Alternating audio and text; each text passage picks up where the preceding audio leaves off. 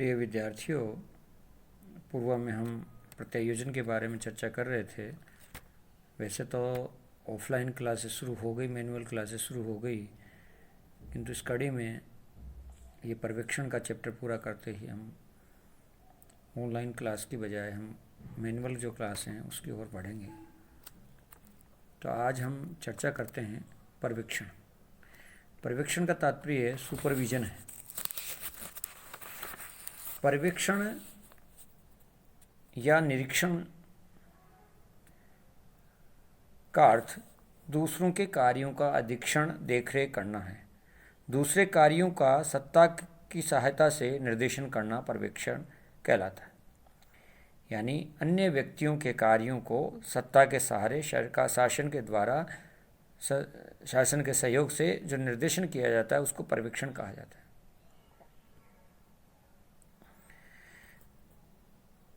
पर्यवेक्षण का अर्थ परिणामों का अवलोकन है। प्रशासन संगठन में जहाँ बहुसंख्यक कार्यकर्ता अनेक श्रेणियों और वर्गों में विभक्त होते हैं, यहाँ इसकी अत्यंत आवश्यकता है। पर्यवेक्षण संगठन में समन्वय की स्थापना के लिए अधीक्षण, संप्रेषण, नियंत्रण और नेतृत्व आदि को अपनाता है। प्रशासकीय संगठन पर सोपान में उच्च अधिकारी निम्न अधिकारियों और अधीनस्थों पर पर्यवेक्षण के माध्यम से नियंत्रण करते हैं। पर्यवेक्षण का तात्पर्य देखरेख से है, देखभाल करने से है, दूसरों के कार्यों के सत्ता के साथ निर्देशन से है, दूसरे के कार्यों का शासन के द्वारा दिशा निर्देश देना, निर्देशन का काम पर्यवेक्षण कहलाता है। पर्यवेक्षण से अभिप्राय निर्देशन तो है, परंतु निर्देशन मात्र उपदेश की भांति नहीं है, बल्कि अधिकार के साथ, शक्ति के साथ, सत्ता के साथ निर्देशन में जब ऊपर से बाध्यकारी शक्तियों का प्रयोग हो तब यह पर्यवेक्षण कहलाता है। तात्पर्य यह हुआ कि पर्यवेक्षण दूसरे कार्यों का सत्ता के साथ निर्देशन मात्र नहीं है, परंतु निर्देशन मात्र उपदेश की भांति नहीं है, बल्कि अधिकार के साथ, शक्ति के साथ, सत्ता के साथ निर्देशन में जब ऊपर से बाध्यकारी शक्ति का प्रयोग हो तब पर्यवेक्षण कहलाता है। पर्यवेक्षण शब्द अंग्रेजी के सुपरविजन शब्द का अनुवाद है। सुपरविजन का तात्पर्य है उच्च प्लस दृष्टि, सुपर प्लस विजन, यानी सत्ता सहित काम की देखरेख करना, उच्च दृष्टि रखना, कार्यों के प्रति, कार्यों पर उच्च दृष्टि रखना सुपरविजन कहलाता है। मार्गरेट विलियमसन के अनुसार पर्यवेक्षण का तात्पर्य, पर्यवेक्षण एक ऐसी प्रक्रिया है जिसके अंतर्गत कर्मचारियों को उनकी आवश्यकता के अनुसार सीखने में, उनके ज्ञान व कौशल का सर्वोत्तम प्रयोग करने में, उनकी योग्यताओं का सुधार करने में किसी पदाधिकारी की सहायता मिलती है ताकि वे अपने कार्य अधिक प्रभावशाली ढंग से कर सकें। उन्हें स्वयं को तथा संगठन को अधिकाधिक संतोष मिलता रहे। ये पर्यवेक्षण की परिभाषा है। आधिकारिक परिभाषा मार्गरेट विलियमसन ने कि पर्यवेक्षण एक ऐसी प्रक्रिया है जिसके अंतर्गत कर्मचारियों को उनकी आवश्यकता अनुसार सीखने, उनके ज्ञान और कौशल को सर्वोत्तम प्रयोग करने में, उनकी योग्यता को सुधार करने में किसी पदाधिकारी की सहायता मिलती है। निरीक्षण का तात्पर्य है, कहीं भी हम इंस्पेक्शन करने जाते हैं तो इंस्पेक्शन करने में डर रहता है। इंस्पेक्टर आ गया, इंस्पेक्टर के नाम से डर होता है, निरीक्षक आ गया। पहले विद्यार्थी थे, कॉलेज में, स्कूल में पढ़ते थे, तो आज इंस्पेक्शन होगा, इंस्पेक्टर आएगा, तो आधे से लोग लड़के भाग जाते थे। हम भी गांव में पढ़ते थे तो हम भी भाग जाते।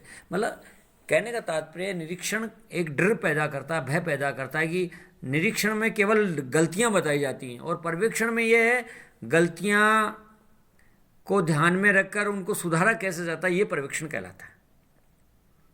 निरीक्षण नकारात्मक दृष्टिकोण है, पर्यवेक्षण सकारात्मक दृष्टिकोण है। इसलिए पर्यवेक्षण उन गलतियों को कैसे सुधारा जा सकता है ये अधिकारी समझाता है, सिखाता है। इसलिए निरीक्षण डर भय पैदा करता है, नकारात्मक है, जबकि पर्यवेक्षण है वो सकारात्मक और नकारात्मक दोनों प्रकार से भी हो सकता है। जो कि व्यक्ति को कार्य करने की दशा सिखाया जाता है, उसको कैसे किया जाता है, केवल गलतियां नहीं बताता। तो जो छिद्रा अन्वेषण का विषय है, जिसका मुख्य उद्देश्य ही छिद्रा अन्वेषण है, कमियां निकालना है, वह निरीक्षण कहलाता है। यही कारण है कि तात्कालिक निरीक्षक भय की दृष्टि से देखे जाते थे, परंतु आधुनिक निरीक्षण का प्रयोजन दूसरा ही है। अब निरीक्षण में यह देखा जाता है कार्य करने की सभी सुविधाएं पर्याप्त हैं या नहीं, कार्यों का निष्पादन ठीक ढंग से हो रहा नहीं, कोई कठिनाई तो नहीं हो रही, कार्यों की नई विविध विधियां या साधनों से कोई अधिक सरल बनाया जा सकता है क्या, ये सब देखा जाता है। कार्य को पूरा हो रहा है या नहीं, कार्य की उच्च स्तरीय क्षमता हो रहा है या नहीं, परंतु सुधार या सहायता की भावना सदैव से ही पर्यवेक्षण में अंतर्निहित रहती है। आज एक पर्यवेक्षक वरिष्ठ सहयोगी होता है, ये सुझाव और सहानुभूति से काम करता है। पर्यवेक्षण में कौन कौन सी बातें सम्मिलित होती हैं?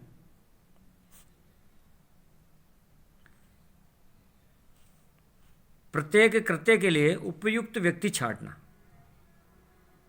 प्रत्येक कृत्य के लिए या प्रत्येक कार्य के लिए उपयुक्त व्यक्ति छांटना, प्रत्येक व्यक्ति से उनके कार्य के प्रति रुचि तथा दर नापना, ताकि ये निश्चित हो सके कि शिक्षण पूर्ण रूप से प्रभावशाली सिद्ध हुआ है। यानी कार्य संपन्न हो जाने की गति और दर को नापना, ताकि शिक्षण का जो कार्य है वह पूर्ण प्रभावशाली सिद्ध हुआ है। जहाँ गलती सुधारने की आवश्यकता हो वहाँ गलती सुधारना, और जिन पर कोई असर नहीं हो रहा उन्हें अधिक उपयुक्त कार्य में लगा देना, अन्य अधिक उपयुक्त कार्य में उनको हटा देना।